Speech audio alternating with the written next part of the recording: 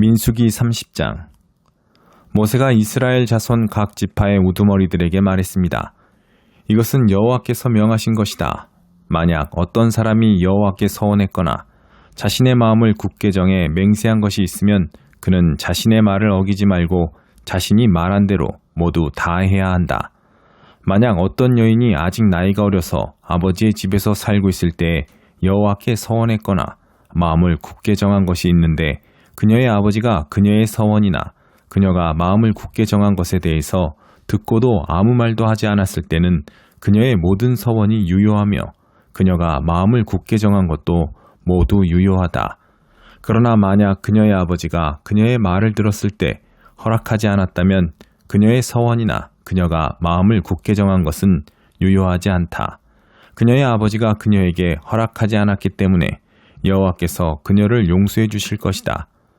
만약 그녀가 서원한 것이나 그녀가 마음을 정한 것에 대해서 성급하게 언급한 것이 아직 유효한 가운데 그녀가 시집을 갔는데 그녀의 남편이 그것을 듣고도 아무 말도 하지 않으면 그녀가 서원한 것은 유효하며 그녀가 마음을 정한 것도 유효하다.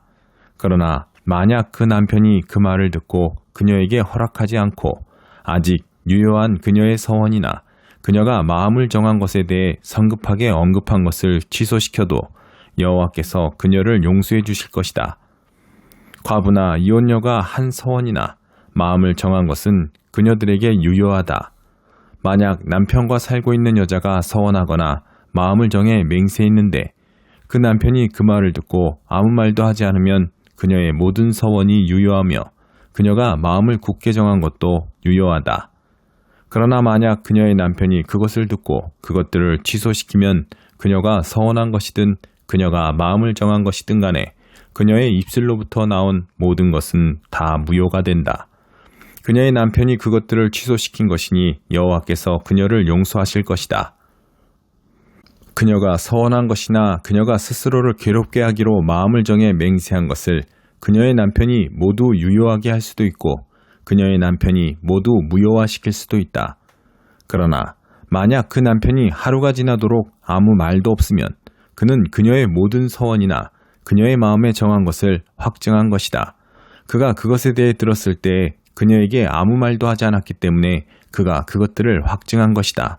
만약 그가 그 말을 듣고 나중에 무효화한다면 그 남편은 아내의 허물을 짊어져야 한다. 이것은 여호와께서 남자와 그 아내의 관계와 아버지와 그 집에 아직 살고 있는 나이 어린 딸의 관계에 대해서 모세에게 주신 율례입니다. 민수기 31장. 여호와께서 모세에게 말씀하셨습니다. 이스라엘 자손들을 위해 미디안 사람들에게 복수하여라. 그 후에 너는 내 조상들에게 돌아갈 것이다. 그러자 모세가 백성들에게 말했습니다. 너희 가운데 전투에 참가할 사람을 준비시키라. 그들로 하여금 미디안 사람들과 싸워 미디안에게 여호와의 복수를 행하게 하라. 이스라엘의 각 지파에서 1000명씩 싸우러 보낼 것이다. 그리하여 각 지파마다 1000명씩 해서 총 12,000명의 무장한 군사들이 이스라엘 군대에서 파견됐습니다. 이렇게 해서 모세는 각 지파마다 1000명씩을 싸우러 보냈습니다. 또한 그들과 함께 제사장 엘르아살의 아들 비느하스를 거룩한 물건들과 신호용 나팔을 들려 함께 보냈습니다. 그들은 여호와께서 모세에게 명령하신 대로 미디안과 싸워서 그들의 모든 남자를 다 죽였습니다. 죽임을 당한 사람들 가운데는 미디안의 5 왕들인 에위, 레겜, 수르, 후르, 레바도 있었습니다. 그들은 또한 부올의 아들 발람을 칼로 죽였습니다. 이스라엘 사람들은 미디안의 여자들과 아이들을 사로잡았으며 미디안의 소떼와 양떼와 물건들을 모두 전리품으로 빼앗았습니다. 그들은 미디안 사람들이 살고 있던 모든 성들을 불태웠고 그들의 모든 진영도 불태웠습니다. 그들은 사람들과 가축들을 비롯한 모든 약탈물과 노략물을 취했습니다. 그리고 요단강 여리고 건너편 모압 평원의 진영에 있는 모세와 제사장 엘르아살과 모든 이스라엘 회중에게 포로들과 약탈물과 노략물을 가져갔습니다. 모세와 제사장 엘르아살과 회중의 모든 지도자들이 그들을 맞으러 진영 밖으로 나갔습니다. 모세는 싸움터에서 돌아온 군대의 지휘관들, 곧 천부장들과 백부장들에게 화를 냈습니다. 모세가 그들에게 물었습니다. 어찌하여 너희가 여자들을 모두 살려두었느냐? 그 여자들은 부올 사건에서 발람의 말을 따라 이스라엘 백성들이 여호와를 거역하게 해 여호와의 회중에게 재앙을 내리게 한 바로 그 사람들이다. 그러므로 지금 당장 아이들 가운데 모든 소년들을 죽이라. 그리고 남자와 자서 남자를 아는 모든 여자들을 죽이라. 그러나 남자와 함께 잔 적이 없어서 남자를 모르는 여자아이들은 너희를 위해 살려주라. 너희는 7일 동안 짐 밖에 있어야 한다. 너희나 포로 가운데 누구를 죽인 사람이나 죽임당한 사람을 만진 사람은 셋째 날과 일곱째 날에 스스로를 정결하게 해야 한다. 또한 모든 옷이나 가죽 물건이나 염소털로 만든 것이나 나무로 만든 것을 다 정결하게 해야 한다. 그러자 제사장 엘르아살이 싸움터에 갔다 온 군사들에게 말했습니다. 여호와께서 모세에게 명령하신 율법의 요구사항은 이것이다. 금, 은, 청동, 철, 양철, 납 등 불에 견딜 수 있는 것은 다 불에 넣어서 정결하게 하라. 또한 이것은 정결하게 하는 물로도 정결하게 해야 한다. 그리고 불에 견디지 못하는 것은 물에 넣도록 하라. 일곱째 날에는 너희 옷을 빨아서 스스로를 정결하게 하라. 그 후에야 너희가 진 안으로 들어올 수 있다. 여호와께서 모세에게 말씀하셨습니다. 너와 제사장 엘르아살과 회중의 가문의 우두머리들은 포로든 가축이든 모든 전리품의 수를 세어라. 그리고 그 전리품을 전투에 참가했던 군사들과 나머지 회중에게 절반씩 나눠주라. 전투에 참가했던 군사들에게서 사람과 소와 나귀와 양의 500분의 1을 여호와의 몫으로 거두어라. 그들이 받은 절반에서 이것들을 거두어 제사장 엘르아살에게 주어 여호와께 드리는 예물이 되게 하여라. 그리고 이스라엘 자손들이 받은 절반 가운데서는 사람과 소와 나귀와 양과 기타 모든 짐승의 50분의 1을 거두어 여호와의 성막에서 직분을 행하고 있는 레위 사람들에게 주어라. 그래서 모세와 제사장 엘르아살이 여호와께서 모세에게 명하신 대로 했습니다.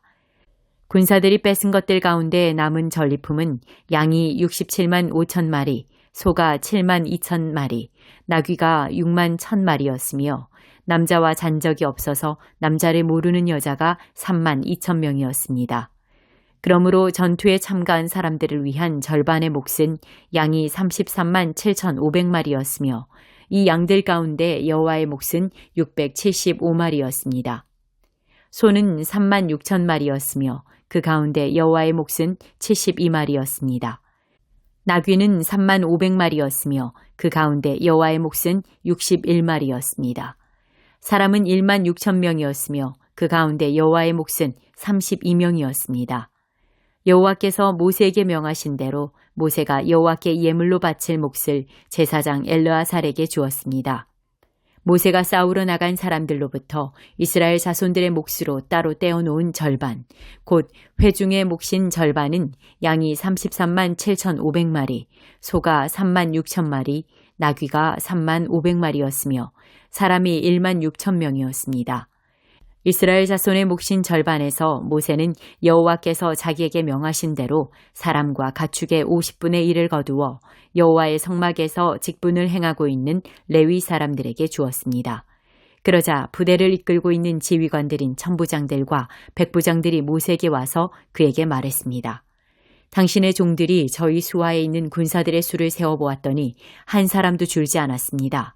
그래서 저희가 각자 얻은 팔 장식품과 팔찌와 도장과 반지와 귀걸이와 목걸이 같은 금부치들을 여호와께 예물로 가져왔습니다. 여호와 앞에 우리가 속죄함을 받도록 하기 위해서 말입니다.